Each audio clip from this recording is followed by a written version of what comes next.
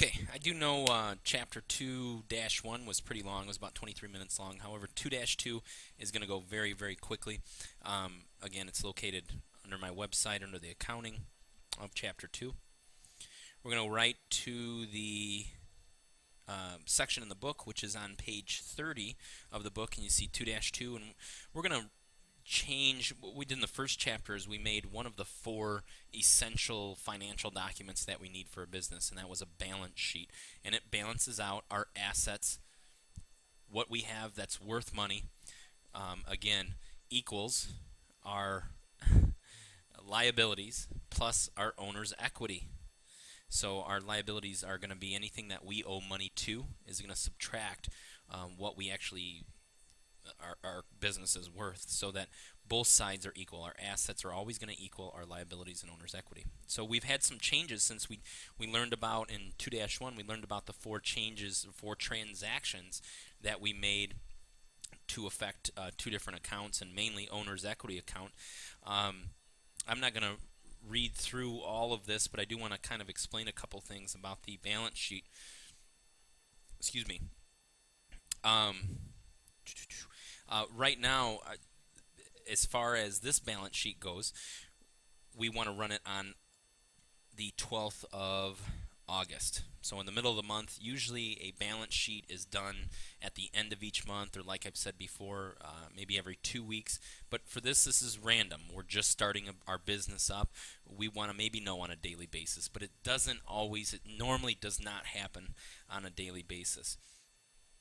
As far as the steps go for filling out a balance sheet, now we're getting our balances from right here at the top of page 30. So you see our cash account is $5,893.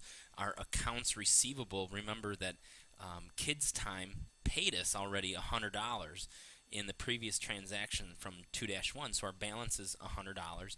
Our supplies balance is $4,297, and our prepaid insurance is $1,200. Liability-wise, we still owe Ling Music $1,360, and our capital currently is worth $10,130. So we're going to put this into a balance sheet again. Kind of the steps to go through this. First of all, we're going to write the heading. That's the first part, and that includes the name of the business, which is Encore Music. It includes the name of the financial document, which this is a balance sheet, and the date from which we run that report, August 12th, 2014. So make sure you know that this is the very first part. These have to be centered. When we do this electronically, we'll bold it, make it kind of stand out to make it look official, like an official financial document.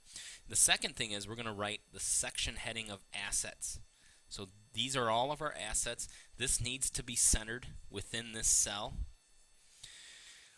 We're also going to put the liabilities section. So we're going to write liabilities. This is the section heading. This also needs to be centered. So we're going to list our accounts underneath our section headings. And number 4, since we only have one liability account, we're going to put our owner's equity section heading here. This also needs to be centered. Assets equal liabilities plus owner's equity. It's going to equal out these 2 sides. The 5th part is to add and compare the totals. So our cash account, our accounts receivable account, our supplies account, our prepaid insurance account all came from these numbers. We're going to add them up.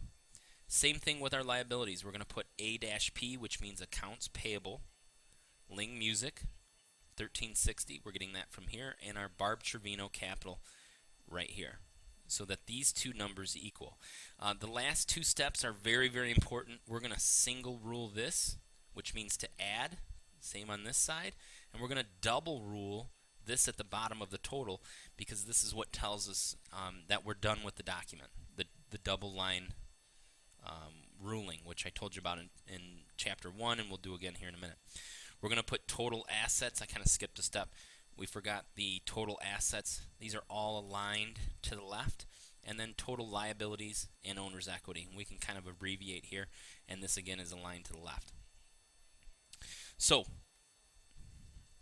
let's go ahead and do the, first of all, the audit. Your understanding is again in 2-2. There are no terms for this section. It was very quick. Audit your understanding. Number one is, what is the 3-line heading on the top of the balance sheet? You make sure that you answer this right here and that it's in red. It should be already formatted for you. But again, that's the name of the company, the name of the document, financial document, and the date that the document is drawn up. Number two, what is the heading on the left side of the balance sheet? The heading on the left side of the balance sheet, again, is called assets. And number three, what are the headings on the right side of the balance sheet?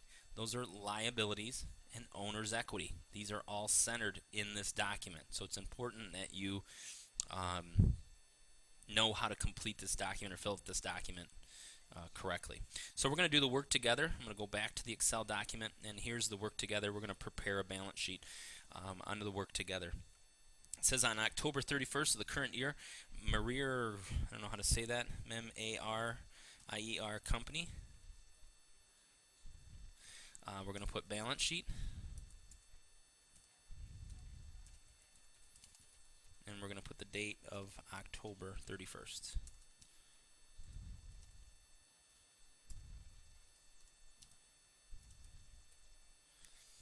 Over here, we're going to put assets. Over here, we're going to put liabilities.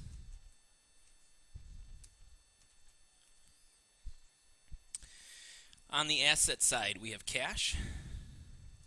We have accounts receivable of pool company. We have supplies, and we have prepaid insurance. This is stuff you're going to need to type in yourself. At the bottom, we're going to put total assets.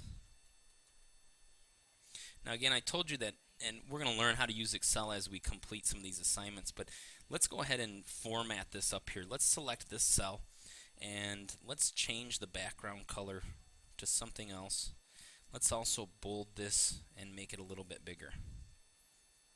Let's also bold this and this.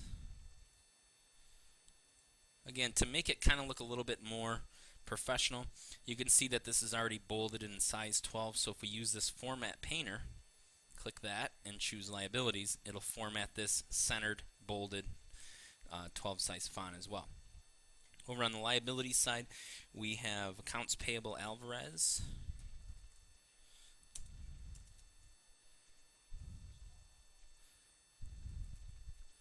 Company. And we have our total, actually, and then we have our owner's equity. And again, this is a section heading, so we want this to be formatted. Use the Format Painter button the same way. And we have Barb Trevino Capital.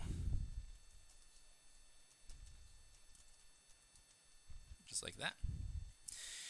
Now we want these two lines to equal, so we're going to have to skip a line. So we're going to put total liabilities, and we can abbreviate, and owner's equity, something like that, so it all fits. If you need to, you can come up here to the top and extend column C a little bit more. All right. So cash is $7,733. Again, I've already formatted this for you. $5,000. Supplies is $800. I'm getting this out of the work together on page 31. And prepaid insurance is $2,400. To get our total, instead of trying to do this in our head, if we just click Auto Sum, and it's selected those cells for us, so we're going to hit Enter, and there's our total. For what we owe Alvarez is $250. So this is what we owe them. And our capital currently is $15,683.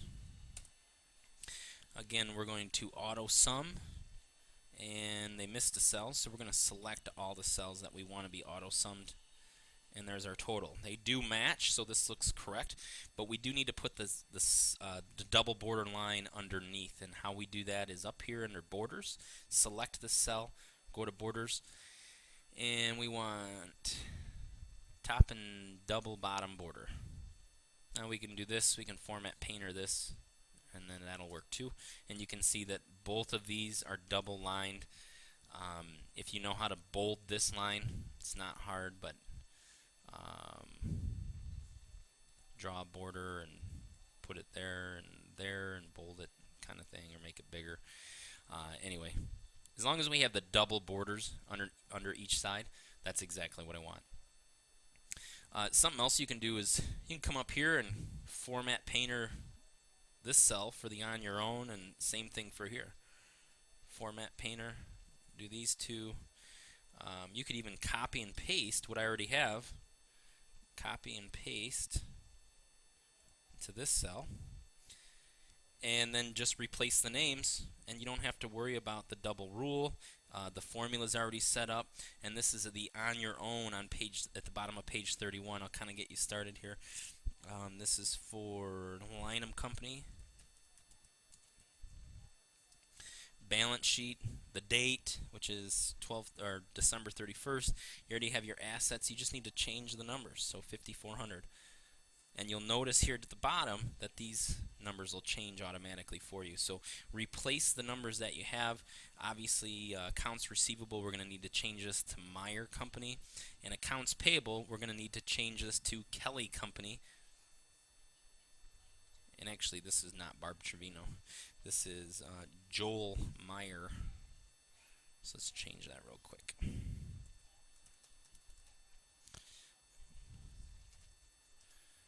Okay, because it was Meyer Company, and I'm looking at the capital account here. So you'll need to change the this to Tanya.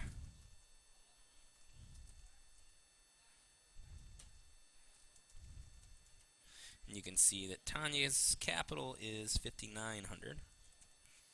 You'll notice these things change. And obviously, these don't equal up, so we're going to need to go back and change the rest of these in order to save this.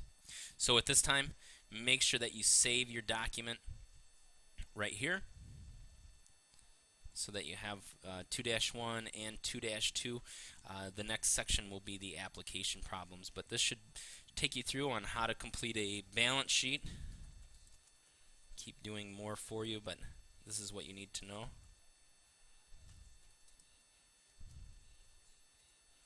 Okay, and again, replacing the numbers here. It's okay if the date changes. That's fine. So work together on your own, preparing a balance sheet from the balances you already have. Go ahead and save that.